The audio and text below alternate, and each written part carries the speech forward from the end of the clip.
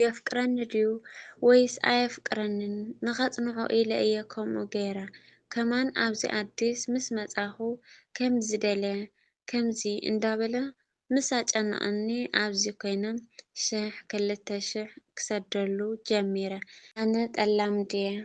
حقني زمتها ناي الزمن أمشي كفال كابز حلفة دانيኤል ብውሳኔ ናይ መሪ ሓሪቑ ኣንቲ ጠላም እምበኣር ንዓይ ምስ ዓባይ ፈላሊኺ ኣብ ዘይወፆ ሓጢኣት ኣጥሒልኪ ደርቢኽኒ ከይድኺ ከም ዝበላ ሜሪ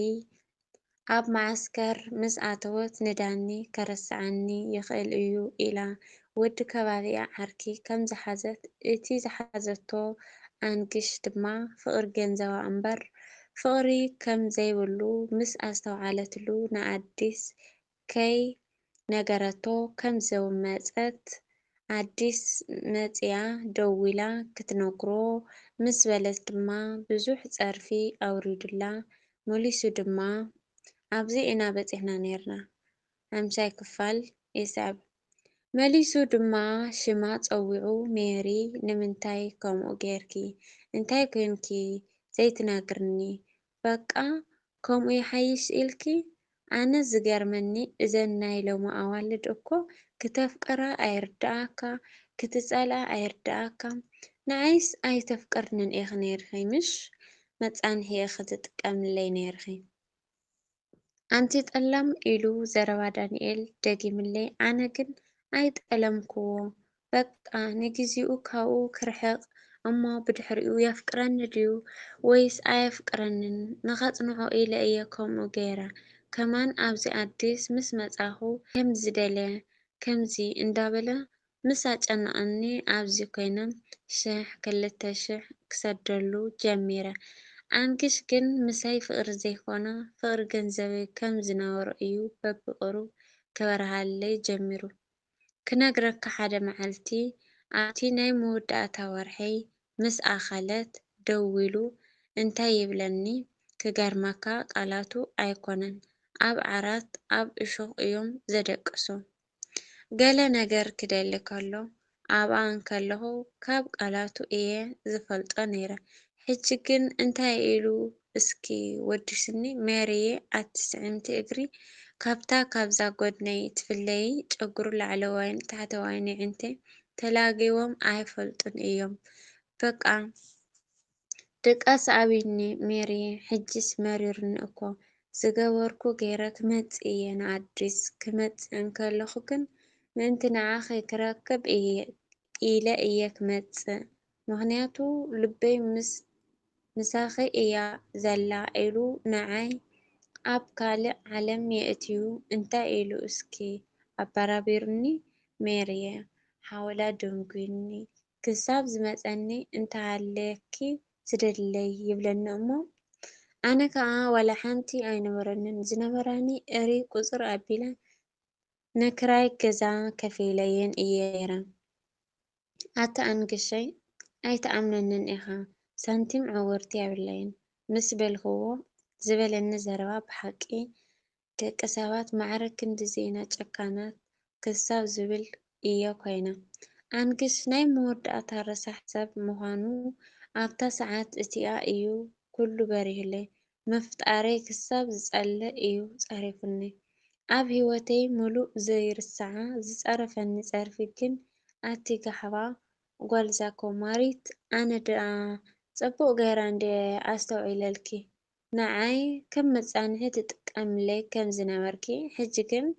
ደቅስኪ ኣይትሕደሪ ጓልዛ ጠላም ኢሉ ደጊሙ ደጋጊሙ ፀሪፉኒ ቴሌፎን ኣብ እዝነይ ኣፅዩ ብሎክ ገይርኒ ኣነ ከዓ እንታይ ትኸውን ኣለኻ ንክብሎ ኢለ ደጋጊመ ደውለሉ ብሎክ ስለ ዝገበረኒ ግን ክሰርሓለይ ኣይከኣለን ንስ እዩ ፍትወት ገንዘበይ ነይርዎ እምበር ኣነስ ንዳኒ ከረስዓኒ ይኽእል እዩ ኢለ እየ ኣብ ውሽጠይ ፈረስ ጋሊቡ ዘይውድኦ ቦታ ሂበዮ ካብ ልበይ እየ እውን ፈትየ ቀሪበዮ ነይረ ብዝኸድክዎ ግን ኣይጠዓመንን መክሰብ ሓወይ እዚ ናተይ ዕድልሲ ምስ ምንታይ እዩ ክቁፀር መርገም ናይ ዓባየ ዶ ይኸውን ኣነስ ተገሪመ እየ ዝኸውን ዓባየ ከዓ ብውሽጣ ትብሎ እንድዒ እምበር ኣፋ ኣውፂኣ እኳ ሓንቲ መዓልቲ ረጊማትና ኣይትፈልጥን እያ። ኣሕ እዋይ ኣነ ዘይረኽቦ ኢላ ብዙሕ ኣማረረት እሞ ማህሰብ ደሓን ኣጆኺ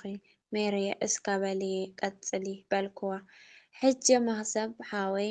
ካብዚ ዕላል እዚ ኣውፃኒ በጃኻ ካልእ ጥዑም ዕላል እንተለካ ይዕልለኒ። መክሰብ ነዚ ኩሉ ዕላል ክሰምዕ ፀኒሑ ካብ ልቡ ሓዚኑላ ንኻልኣይ ግዜኡ እዩ ኣፉ ከፊቱ ክዛረባ ጀሚሩ። ሜርስየ ታሪክ ህይወትኪ ብጣዕሚ እዩ ዘሕዝን። ግን እንታይ ክትገብሪ ኢኺ እሞ ፈቲኸ ኣይኮንክን ፅሑፍቶ እዩ ልዑል እግዚኣብሔር ዝፀሓፎ እውን ብምንም ተኣምር ክትተርፍ ኣይትኽእልን እያ። ስለዚ ብሕሉፍ ህይወትኪ እንዳዘከርኪ ከይተሓስቢ ክትባሳጨው እውን የብልኽን።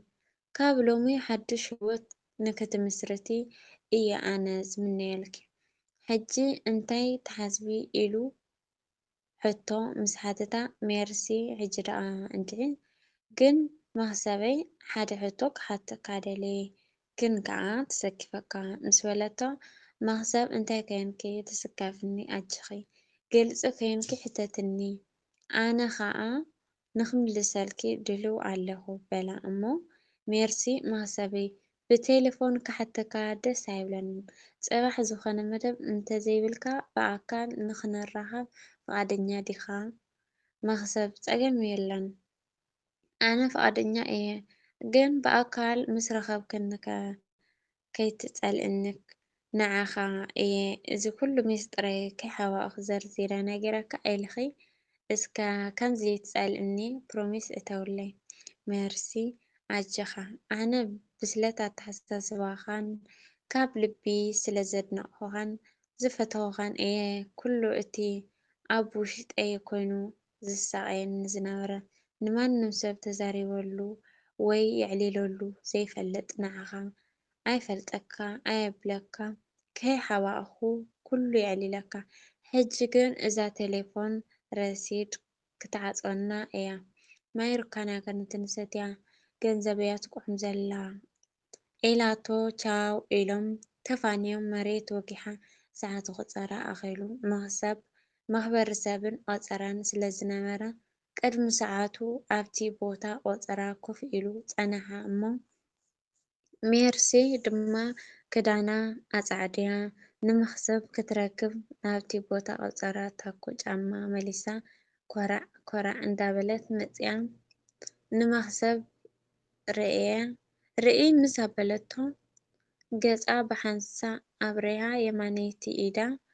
ወርዊራ ሰላም መክሰብ ሓቀይ በለቶ። መክሰብ ድማ ካብ ኮፍ ኢልዎ ዝነበረ ትስእ ኢሉ እዎ ሓቅኺ ፅቡቅ ኣለኺ ሜሪ በላ እሞ ብክልተ መዓጋገርቶም ተሰዓዒሞም ኮፍ ኢሎም መክሰብ መክፈቲ ዘረባ ክኾኑ ኢሉ እሞ እንታይ ኢኺ ትሰትይ ገለ ስተይ ኢሉ ነቲ ዘረባ ባዕሉ ጀመሮ። ነታ ወይተር ድማ ኢዱ ሓፍ ኣቢሉ ምልክት ንዒ ስምዕና ዘመልክት ገይሩ ፀወዐ። ወይተር ናይ ስራሓ ልብሲ ቆራፅ መራፅ መሊሳ ቅርብ ኢላ እንታይ ክሰምዓኩም በለቶም። መክሰብ ሜሪ ኣዝዝያ በሊ ምስ በላ ሜሪ ንዓይ ካፕችኖ ሽኮር ኣብዝሕ ኣቢል ከምፅለይ በለቶም። መክሰብ ድማ ንዓይ ከዓ ጃምቦ ድራፍት ኣምፅለይ ምስ በላ ሜሪ ትቅብል ኣቢላ ብቀትሩስ ጃምቦ ክትሰቲ ለስላሳ ነገር ዘይሕሸካ በለቶ። መክሰብ ብርእሱ ምልክት ኖኖ እንዳኣመልከተ ኖኖ እዚ ለስላሳ ኣይሰማምዓንን እዩ ከየብዛሕኩ ክልተ ሰለስተ ድራፍት ምስታይ እየ ለሚደ ንስኺ ካፕችናኺ ይሕሸኪ ገለ ዝብላዕ ነገርካ ዘይትበልዒ ኣነ እኮ ኣብ ገዛ በሊዐ እንድየ መፅየ እንድሕር ኣዚዝኪ ግን ከባልዓኪ ይኽእለየ። ሜሪ ኖ ኣነ ፀጊበ እየ ዘለኹ ንስኻ እንተፀጊብካ እውን ምእዛዝ ኣገዳሲ ኣይኮነን ኢላ ዘረባ ኣወዲያ ይዕንታ ኣብ ገፅ መክሰብ ተላኢኸን ምእላይ ኣብያ። መክሰብ እውን ይዕንታ ኣትኪላ ትጥምቶ ምህላዋ ኣስተውዒሉ ድንን ድንን ክብል ምስ ጀመረ ሜሪ እንታይ? ሳድሳይ ክፋል ይቕፅል።